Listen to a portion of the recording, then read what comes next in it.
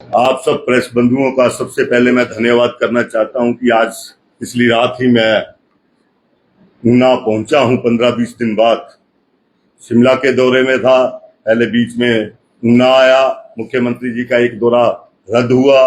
रद्द होने के बाद दोबारा मैं शिमला गया, दोबारा दौरा रखवाया, दोबारा उद्घाटन कराए गए।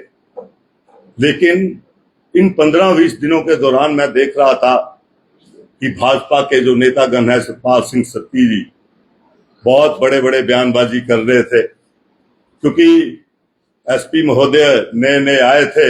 आते ही उन्होंने अपनी मर्जी से, जैसे एसपी का होता है कि एक टीम बनानी होती है, एसआईटी की जो टीम उन्होंने गठित की, ठीक है, एसपी का दायरा है, वो अपने हिसाब से कोई भी टीम गठित कर सकते हैं।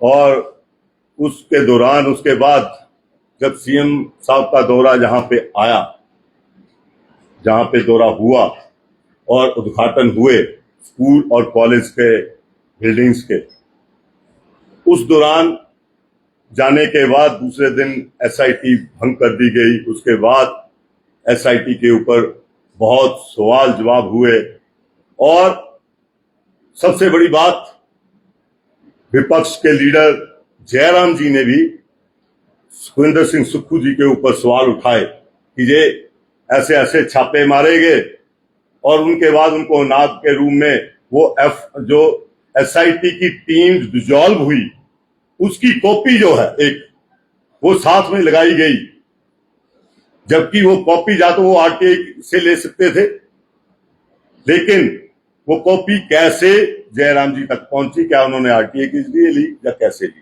वो सरकारी पेपर कैसे लीक हुआ? सबसे पहली बात तो ये मैं उनसे पूछना चाहता हूं। बड़े बड़े उन्होंने सवाल किए कि एसआईटी टीम को भंग करना, ये करना। एक ऐसा दौर चला कि सतपाल जी उस दौरान जहां पे फॉर्म में थे और विधानसभा में भी घूम रहे थे, और इसके साथ साथ विधानसभा के साथ साथ स्वां के बहुत दौरे लगाते हैं वो। आजकल वो ना स्वां चैनलाइजेशन में शायद ये देखने जा रहे हैं कि जो उन्होंने अपने वक्त में वहां से रेत उठाया, 2-2 हजार टिप्पर जो जाते थे बीजेपी के राज में, वो कसम खाकर बोल दें कि तब की माइनिंग और आज की माइनिंग में कितना फर्क है, मैं ये बताना चाहता हूं। 1000 टिप्पर जाते थे।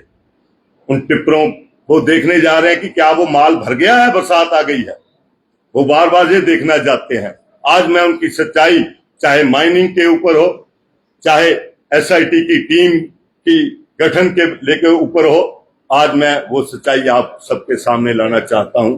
आप मेरे एक बुलावे के ऊपर आए, मैं आप सबका धन्यवाद करना चाहता हूं। मैं आपको ये बताना चाहता हूं कि जिस दिन एसआईटी की टीम ने एक छापा मारा, उसमें 14 लोगों को एक ही जगह, जब उनके ऊपर उनकी छापे के दौरान उनको बिठाया गया था, तो उस दौरान जो लोग यहां से करता है आइडेंट कि कौन कौन लोग जो है छापे पे जा रहे हैं, वहां पे वीडियोग्राफी करनी होती है। मैं उनसे पूछना चाहता हूं कि उस दौरान जब ये 3 बजे के आसपास गए और ये तकरीबन शाम के 7:30 बजे 7 बजे तक जो है ये कार्यक्रम चलता रहा। बड़ा अच्छा काम किया एसआईटी की टीम ने। लेकिन मैं उनसे ये पूछना चाहता हूं कि जो लोग एसआईटी की टीम में उस दिन छापे में नहीं गए थे, वो लोग नहतपुर पहुंचे।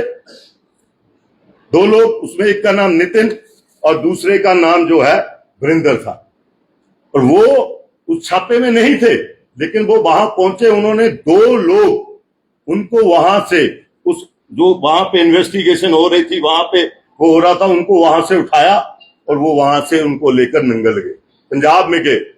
पंजाब में जाकर, नंगल जाकर उन्होंने 60,000 रुपया लिया, और जो गाड़ियां थी उसमें उस जो पुलिस वाला है उसकी गाड़ी भी उसी में शामिल है। कभी एक गाड़ी में बैठ रहे हैं, मैं आप सबको वो वीडियो सेंड करूंगा, कभी दूसरी गाड़ी में बैठे हुए हैं और नंगल का दौरा कर रहे हैं, और जख्तियां डालकर उन मुजरिमों के साथ वो वहां पे अफरा तफरी कर रहे थे, पिकनिक मनाने गए थे। और ये तो नितिन शायद सतपाल सत्ती जी के साले का साला भी है, और कहते हैं कि सारी खुदाई एक तरफ, जोरू का भाई एक तरफ। और उसको बचाने के लिए जिस तरीके से मुख्यमंत्री जी के ऊपर सतपाल सत्ती जी ने और जयराम जी ने इल्जाम लगाए, आज उसका मैं पर्दाफाश आपके सामने कर रहा हूं। और 1.5 लाख रुपया और निकाला उनसे, जो उन कंप्लेंट उनके खिलाफ आई, 1.5 लाख रुपया और लिया वहां पे जाकर। वो उनको डरा रहे थे, धमका रहे थे कि और पैसे लाओ और पैसे लाओ।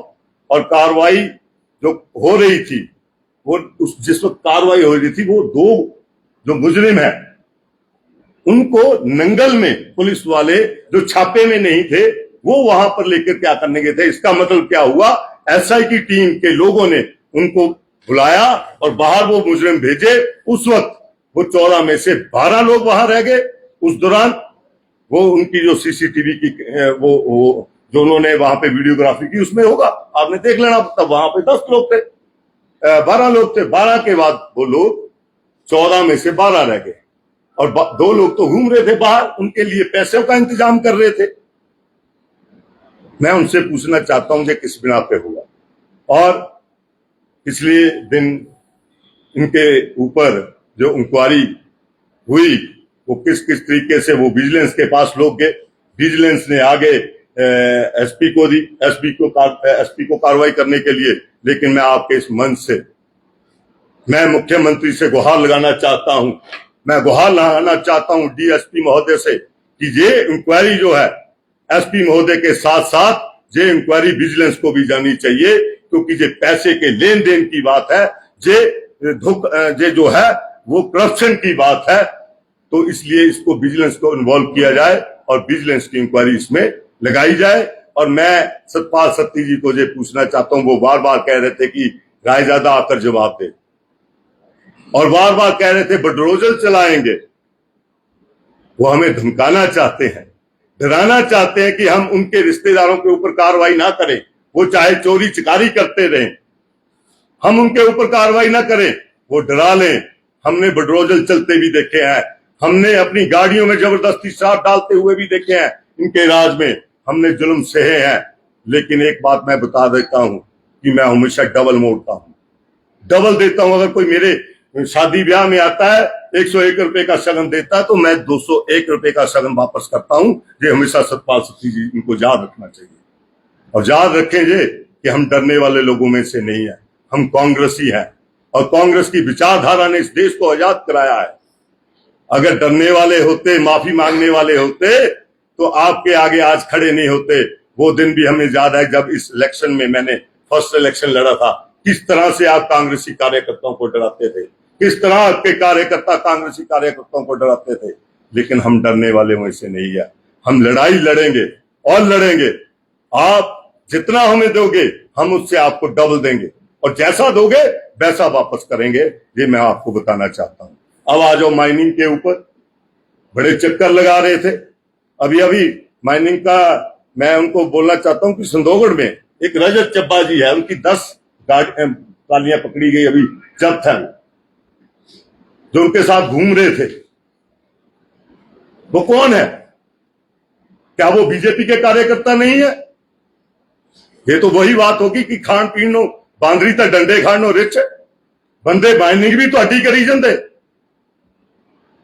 और इल्जाम जो है वो कांग्रेस के कार्यकर्ताओं के ऊपर, और बता रहे हैं कि रायजादा का लेना। अब तेरे आपके बंदे जो हैं वो मुझे तो कुछ नहीं देंगे, मुझे क्यों देंगे? वो तो आपको देते होंगे, आप जवाब दीजिए इसके ऊपर जो आप दूसरे के। और वो जो इनके भतीजा भूल गए थे, बीजेपी के राज में 100 हर टिप्पर के ऊपर 100 रुपए की पर्ची अलग से लगती थी, और जो जितनी माइनिंग थी उनके ऊपर किस तरीके से ये सारा काम करते थे। उधर भतीजा उधर साला, अपनी ही सरकार चलाई हुई उन लोगों ने, अपनी ही दहशत चलाई हुई है। और इसके बाद मैं आपको ये बताना चाहता हूं कि अभी आपने पीछे सुना होगा कि पीन गाय में एक छापा पड़ा, पीन गाय में वो छापा पड़ा, उसमें अभी तक वो उसको जमानत नहीं मिली है। और उनका नाम जो दीनानाथ जी है, उनके पुत्र जो है भारतीय जनता युवा मोर्चा के कर्मठ कार्यकर्ता शुभम सैनी को युवा मोर्चा ऊना नगर का अध्यक्ष बनाने पर हार्दिक शुभकामनाएं। जो इनके पिताजी हैं, जो आज भी अरेस्ट हैं, जो देह व्यापार के काम में पकड़े गए, वो आपके युवा मोर्चा के अध्यक्ष उनके पिताजी हैं। उनकी अभी जमानत नहीं हुई है और आप हमें सिखाने चले हैं। छाजता बोला, छाड़नी क्यों बोला? आप लोग कैसे कैसे धंधों में संलिप्त है, ये बताइए हमें। और इसके साथ साथ मैं ये कहना चाहता हूं कि ये जो आपको वीडियो भी, आप जिसने बोलना होगा मुझे रिक्वेस्ट करना, मैं आपको वीडियो सेंड करूंगा एक गाड़ी से दूसरी गाड़ी में कैसे जाते हुए। ये ऊपर टाइम आया हुआ है, वहां के सीसीटीवी के कैमरे के फुटेज हैं। और ये नंगल में 6/14/25 को सैटरडे 5:34 पे ये वहां पे उन व्यक्तियों को लेकर जा रहे हैं और ये इनकी गाड़ी है। आप सबको वीडियो भी भेजूंगा मैं, और उन वीडियो को आपने शेयर करना कि ये वहां पे क्या कर रहे थे। और मैं सरकार से जो गुजारिश करना चाहूंगा कि इसकी उच्च स्तरीय जो है वो जांच होनी चाहिए। दूध का दूध, पानी का पानी होना चाहिए। हमने कभी द्वेष भावना की राजनीति नहीं की। हम राजनीति में अगर आए हैं तो सच्चाई की लड़ाई जो है वो लड़ते हैं, बिना मतलब से कुछ नहीं बोलते हैं। दूसरे चौथे दिन इनको कुछ ना कुछ हो जाता है। कभी तो मेरे होटल की बातें करते हैं, कभी ओटीएस की बात करते हैं। अरे भाई, ओटीएस मैंने 4,400 लोगों ने जयराम ने डिसीजन लिया था, उसमें 4,400 लोगों ने उसमें बेनिफिट लिया। और जो सुखविंदर सिंह सुक्खू जी ने लिया, उसमें कितनों ने लिया वो नहीं मुझे पता, क्योंकि मैंने तो जयराम जी की जो पॉलिसी थी उसके तहत ओटीएस में फायदा लिया था। अगर सत्ता रायजादा ओटीएस में फायदा लेने से दोषी बनता है तो जयराम उससे बड़ा दोषी है।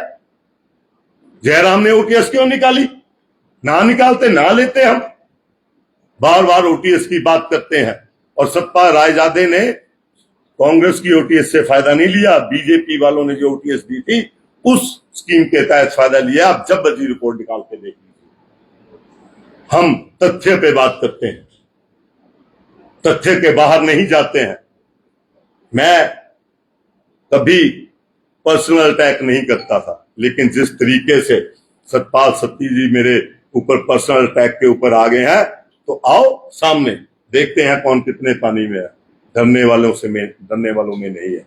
आप बुलडोजर चलाने की बातें करते हैं, बुलडोजर चलाएंगे क्या? बुलडोजर चलाएंगे आप लोग? हम दिलों को दिलों से जोड़ने की बात करते हैं, जोड़ेंगे।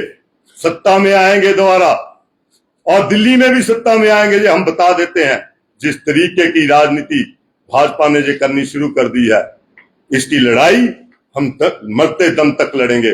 और हम मरने से भी नहीं डरते हैं। हम कांग्रेसी है, मैं यही बोलना चाहता हूं। इसके बाद अगर किसी का कोई सवाल होगा तो मैं उसका जवाब जरूर दूंगा। धन्यवाद। जय हिंद।